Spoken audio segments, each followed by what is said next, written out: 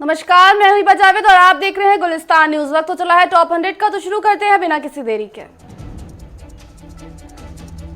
BJP अध्यक्ष JP Nadda ने असम विधानसभा चुनाव के लिए पार्टी का घोषणा पत्र जारी कर दिया है। इस मौके पर नड्डा ने कहा कि बीजेपी 10 अंकला के साथ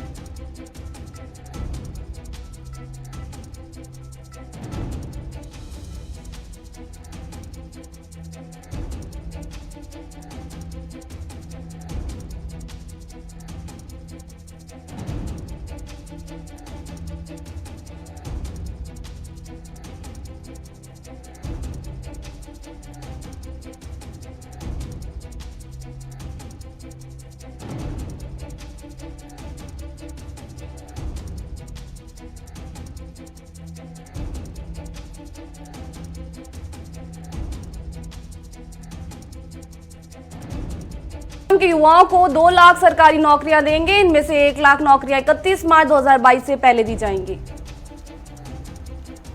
जेपी नड्डा ने ऐलान किया है कि असम में सही एनआरसी को लागू करेंगे, सुप्रीम कोर्ट के निर्देशों के पालन करेंगे, घुसपैठियों की पहचान की जाएगी।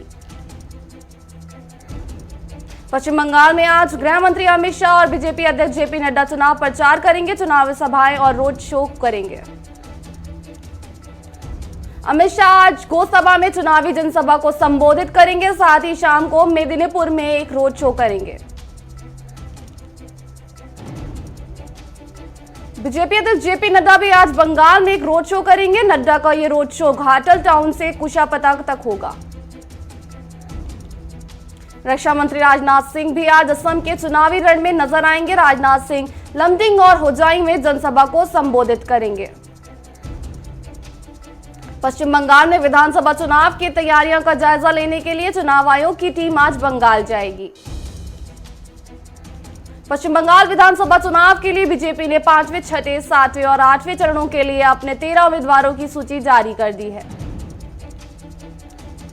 देशमुख के मामले में महाराष्ट्र के पूर्व मुख्यमंत्री देवेंद्र ने कहा है कि एनसीपी ने शरद पवार को सही जानकारी नहीं दी। देशमुख क्वारंटाइन नहीं थे, बल्कि वो लोगों से मुलाकात कर रहे थे।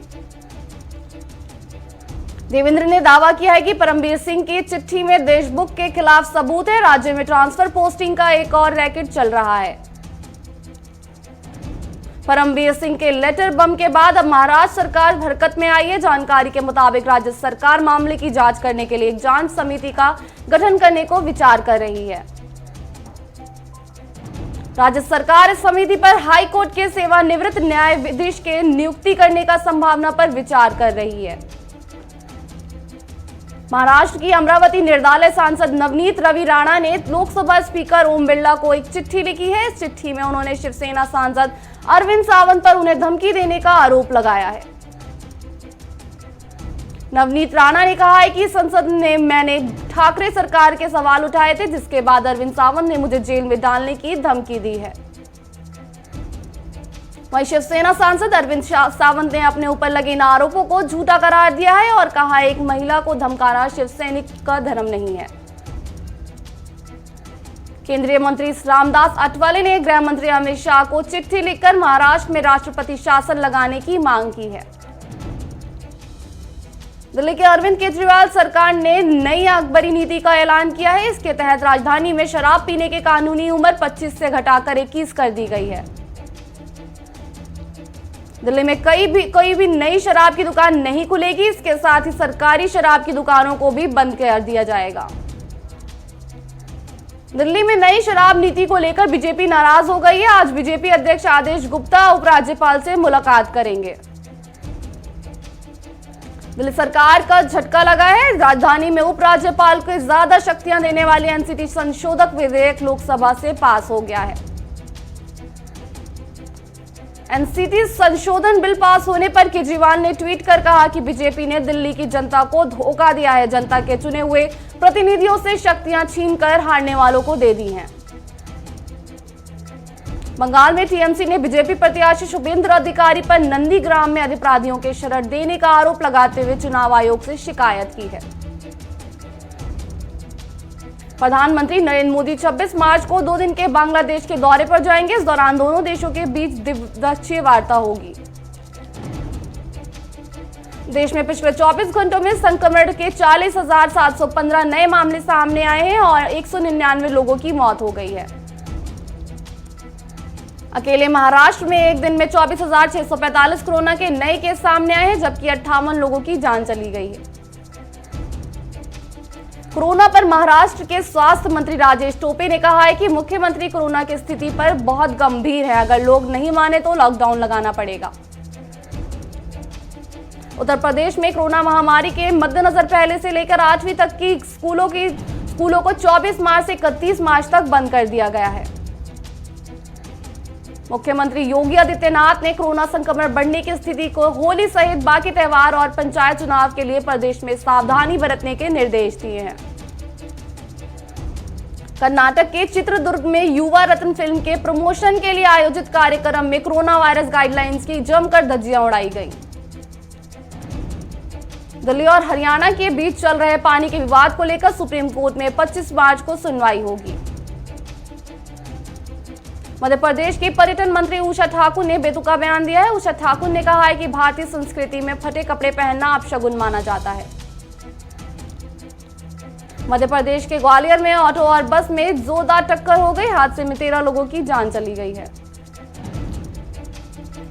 मुख्यमंत्री शिवराज सिंह चौहान ने हादसे पर दुख जताया और कहा मृतकों के परिवार को 4 लाख रुपए और घायलों को 50,000 रुपए मुआवजा देने का ऐलान किया है।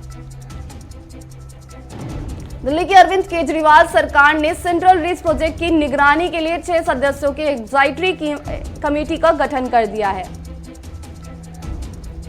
सरकार का दावा है कि न्यूयॉर्क में जिस तरह से सेंट्रल पार्क बना है, ठीक वैसे ही सेंट्रल रिज को भी बनाया जाएगा।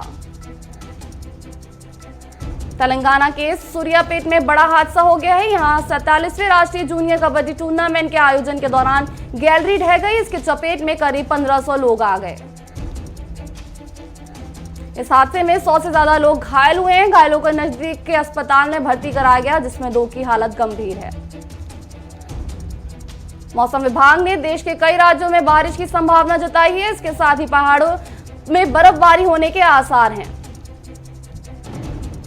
दिल्ली, हरियाणा, राजस्थान और उत्तर प्रदेश के कई हिस्सों में अगले कुछ घंटों में मौसम विभाग ने बारिश की संभावना जताई है। राजस्थान के बूंदी में कुक कम हेल्पर के वेतन दिलाने की मांग को लेकर शिक्षक संघ राष्ट्रीय उप शाखा द्वारा जिला कलेक्टर के ज्ञापन सौंपा गया। वेतन दिलाने की मांग की।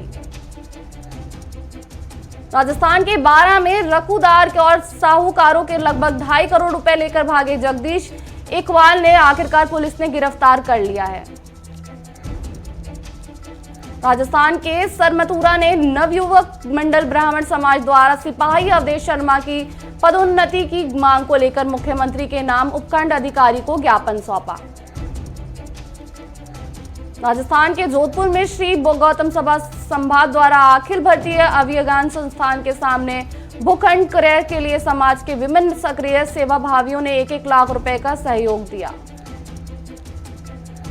राजस्थान के करौली में आकाशीय बिजली गिरने से एक मकान में काफी नुकसान हुआ। इस घटना की जानकारी मिलने के बाद सरपंच एसएसआई राधा शरण भी मौके पर पहुंचे और स्थिति का जायजा लिया। राजस्थान के हिंडोली में वैक्सीन टीकाकरण के 2 घंटे बाद वृद्ध की मौत होने का मामला सामने आया। पुलिस ने रिपोर्ट पर मामले की जांच शुरू कर दी है। जोधपुर में हथियार तस्कर के शिनकत पर पुलिस ने हथियार सप्लायर सुलेंद्र सिंह को गिरफ्तार कर लिया है। सुलेंद्र अब तक 500 से ज्यादा हथियार सप्लाई कर चुका है। कर्नाटक के केपीसीसी अध्यक्ष डीके शिव कुमार ने सदन में बीजेपी के पूर्व मंत्री के सेक्स सीडी कांड की जांच पर सवाल उठाया और सीबीआई जांच कराने की मांग रखी। मथुरा में बरसाना की प्रसिद्ध लड्डू होली में सेवायत और भक्तों ने जमकर लड्डू बरसाए। रंगोत्सव के इस उत्सव में लड्डुओं की बारिश से दुनिया भर का आनंद राजधानी राधा रानी के प्रांगण में सिमट आया। यूपी के पीलीभीत में दो सगी बहनों के शव मिलने से हड़कंप मच गया। एक का शव जमीन पर पड़ा मिला तो दूसरी लड़की का शव पेड़ से लटका मिला। उत्तर प्रदेश के जालौन में जल शक्ति अभियान कार्यक्रम के तहत वृंदहोती नदी के संरक्षण का कार्य शुरू किया गया। डीएम प्रियंका निरंजन की अगुवाई में कार्यक्रम का आयोजन किया गया। यूपी के बस्ती में सड़क किनारे हाथ और कटा सिर मिलने के सनसनी फैल गई। पुलिस आसपास के लोगों से शिनाख्त करने में जुटी हुई है। उत्तर प्रदेश के मऊ में 50,000 इनामी अपराधी के साथ पुलिस की मुठभेड़ हो गई। मुठभेड़ के बाद अपराधी को पकड़ लिया गया है। कानपुर में पंडित आर.के. शुक्ला के कॉलेज में एजुकेशन सिस्टम इन इंडिया कार्यक्रम का आयोजन किया गया। यूपी के उप मुख्यमंत्री डॉक्टर दिनेश शर्मा ने दीप प्रज्वलित कर सेमिनार का शुभारंभ किया। राजस्थान के चूरू में राज्य बाल संरक्षण आयोग की अध्यक्ष संगीता बेनीवाल ने बाल श्रम के रोकथाम के लिए प्रभावी कदम उठाने की बात कही और कोरोना काल में विद्यालयों में निरीक्षण करने के निर्देश दिए। कानपुर में आगामी चुनाव को देखते हुए अबकारी विभाग ने सरकारी ठेकों पर छापेमारी शुरू कर दी और कहा शराब ठेकों पर किसी भी तरह की अनियमितता बर्दाश्त नहीं की जाएगी। यूपी के सिद्धार्थनगर में नगरपालिका के होने वाली बोर्ड की बैठक के करीब 1 दर्जन सभासदों ने बहिष्कार कर दिया। सभासदों ने बेले के आए दुकानदारों से अवैध वसूली का भी आरोप लगाया। हरियाणा के कैथल में सीएम फ्लाइंग के छापेमारी कर अवैध तरीके से रखा हुआ लगभग 69,100 लीटर जवानशील तेल बरामद किया। सीएम फ्लाइंग ने आगे की कार्रवाई पुलिस कर रही है। राजस्थान के लाखेरी में मेज नदी पर चल रहे फिल्टर प्लांट के कार्य का विभाग के अभियंता निरीक्षण करने पहुंचे और प्लांट की जायजा लिया। राजस्थान के भरतपुर में सनसनीखेज दीपक सोनी लूट सहित हत्याकांड का 5,000 इनामी आरोपी पकड़ा गया। डीएसपी के हेड कांस्टेबल चरवरिंदर सिंह की महत्वपूर्ण भूमिका रही। बुलंदशहर में बॉलीवुड सिंगर जुबिन नौटियाल के स्टार नाइट में कोरोना महामारी के बावजूद दर्शकों की भारी भीड़ जुट गई, जिसमें कोरोना महामारी के नियमों का धज्जियां उड़ी। मुजफ्फरनगर में समर्पित युवा संगठन के सैकड़ों कार्यकर्ताओं और पदाधिकारियों से रक्तदान किया। कार्यक्रम में मुख्य अतिथि के रूप में यूपी के कौशल विकास राज्य मंत्री कपिल देव अग्रवाल पहुंचे।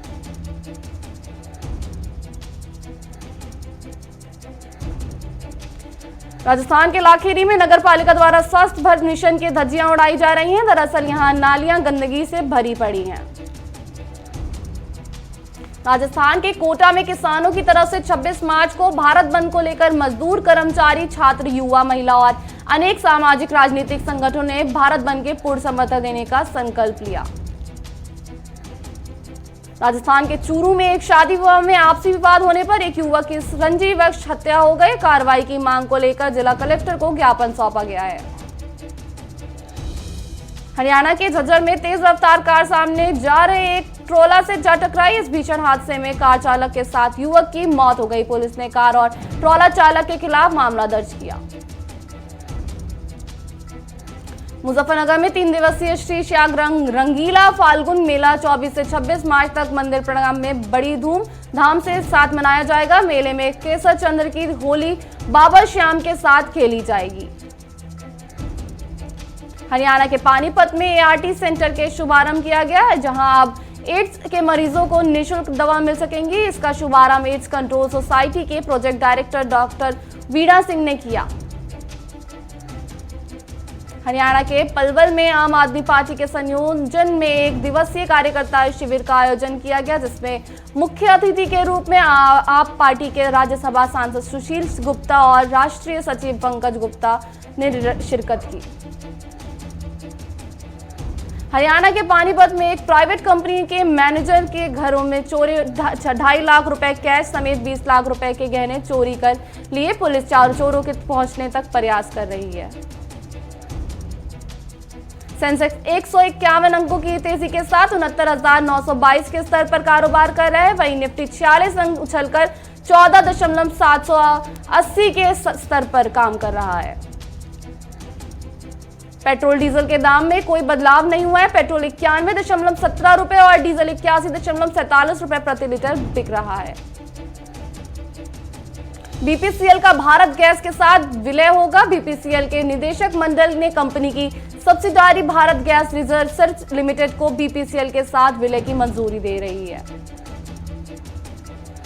चीनी कंपनी पोको ने एक ग्लोबल इवेंट में अपने 2 नए फ्लैगशिप स्मार्टफोन पोको X3 और प्रो और पोको F3 लॉन्च कर दिए हैं। कंपनी ने X3 प्रो में कैमरा को X फॉर्मेट से सेट किया है। रॉयल एनफील्ड ने आखिरकार भारतीय बाजार में 2021 इंफ्रास्ट्रक्चर 650 और कॉन्टिनेंटल GT 650 को लॉन्च कर दिया है। इसकी कीमत 3.17 लाख रुपए से 3.55 लाख रुपए तक है। जियो का 5G फोन और लैपटॉप जल्द ही बाजार में दस्तक देने वाला है। एक रिपोर्ट के अनुसार इस साल के एनुअल जनरल मीटिंग में जियो अपना पहला 5G स्मार्टफोन और कम कीमत वाला लैपटॉप जियो बुक लॉन्च कर सकती है। एक्सिस बैंक ने फिक्स्ड डिपॉजिट पर मिलने वाले ब्याज में बदलाव किया है। अब 7 दिनों और 29 दिनों की एफडी पर 2.50% ब्याज मिलेगा।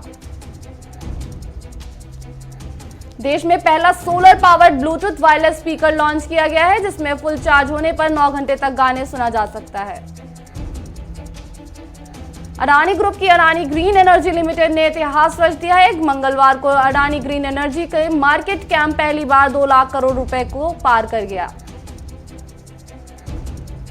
गूगल के वाइस प्रेसिडेंट सीजर सेनगुप्ता ने 15 साल बाद अपने पद से इस्तीफा दिया और इसके साथ ही ये भी बताया कि कंपनी के साथ उनका आखिरी दिन 30 अप्रैल को है। दुनिया भर में कोरोना के मामले लगातार बढ़ रहे हैं। पिछले 24 घंटों में 4.5 लाख लोगों ने कोरोना की पुष्टि हुई है और 7,000 से ज्यादा लोगों की जान गई है। दुनिया में अब तक 12 जर्मनी में कोरोना के बढ़ते कहर की वजह से लॉकडाउन 18 अप्रैल तक बढ़ा दिया गया है। जर्मन चांसलर एंजेला मर्केल ने कहा है कि यहाँ हालात फिलहाल ठीक नहीं है। वहीं ब्रिटेन में अब कोरोना को देखते हुए गैर जरूरी विदेश यात्रा पर बैन लगाने की तैयारी में है। यह नियम अगले सोमवार से लागू हो सकता है। इससे जून तक के अंत में लागू रहने की उम्मीद जताई जा रही है। बांग्लादेश के राष्ट्रपिता कहे जाने वाले बंगबंधु शेख मुजीबुर रहमान को 2020 का गांधी शांति पुरस्कार दिया जाएगा। नवाज शरीफ की बेटी मरियम बोली पूर्व पीएम को झूठे केस में फंसाया गया। उनका ही विजन था जो वाजपेयी और मोदी घर आए थे। ब्रिटेन, जर्मनी समेत यूरोप के कई देशों में लॉकडाउन के विरोध में प्रदर्शन चल रहे हैं। इस दौरान लंदन में 33 लोगों को गिरफ्तार किया गया है। 3 साल बाद भारत और पाकिस्तान के बीच सिंधु जल बंटवारे को लेकर आज से स्थायी आयोग में बैठक हो रही है। पाकिस्तान के विदेश मंत्रालय के प्रवक्ता जाहिद हफीज चौधरी ने बैठक की पुष्टि की है। बांग्लादेश में रोहिंग्या मुसलमानों की बस्ती में अचानक आग लग गई, हजारों अस्थायी आवास जलकर खाक हो गया। अस्थायी आवास देश के दक्षिणी इलाके में है, जिनमें म्यांमार से आए लाखों शरणार्थी रहते हैं। न्यूयॉर्क यूनिवर्सिटी ने अपने 9 छात्रों को गिरफ्तारी के संबंध में चीन के अधिकारियों से जानकारी मांगी है। शंघाई कैंपस के इन छात्रों को पुलिस ने नशीले पदार्थ इस्तेमाल करने के शक से हिरासत में लिया था। अमेरिका के कोलोराडो में हुई गोलीबारी में एक पुलिस अधिकारी समेत 10 लोग मार गए हैं। पुलिस के मुताबिक घटना के बोल्डर के एक सुपरमार्केट में हुई है। फिल्म के निर्माता साजिद नरीदवाला ने अभिनेता को याद करते हुए बेस्ट हिंदी पर फीचर फिल्म अवार्ड सुशांत को समर्पित किया। कंगना रनौत स्टार थलाइवी का ट्रेलर आज रिलीज होगा। फिल्म तमिलनाडु की पूर्व सीएम दिग्विजय जयललिता की बायोपिक है, जिसे एल विजय ने निर्देशित किया है। बेस्ट एक्टर का अवार्ड मिलने के बाद मनोज वाजपेयी ने कहा कि यह अवार्ड सिर्फ मुझे नहीं मिला है बल्कि उन सभी प्रोड्यूसर को मिला है। उन्होंने इस फिल्म में मुझ पर पैसे लगाए और भरोसा किया। अहमदाबाद एयरपोर्ट पर एक्ट्रेस अनुष्का शर्मा ने बाहों में दिखी नन्ही वामिका विराट कोहली सामान उठाते नजर आए। कार्तिक आर्यन हुए कोरोना पॉजिटिव। ये खबर खुद कार्तिक ने अपने सोशल मीडिया अकाउंट पर शेयर की है। एक प्लस साइन की फोटो के साथ कार्तिक ने लिखा, पॉजिटिव हो गया हूं, दुआ करो। इंडिया और इंग्लैंड के बीच 3 वनडे सीरीज का पहला मैच आज होगा। ये डे नाइट वनडे दोपहर 1:30 बजे से पुणे के महाराष्ट्र क्रिकेट एसोसिएशन स्टेडियम में खेला जाएगा। राजस्थान के धीरज पटेल ने नेपाल में गोल्ड मेडल जीतकर देश व जिले का नाम रोशन किया। भारत नेपाल इंटरनेशनल गेम्स 2021 में 200 मीटर दौड़ में भारत का प्रतिनिधित्व करते हुए धीरज पटेल ने गोल्ड मेडल जीता।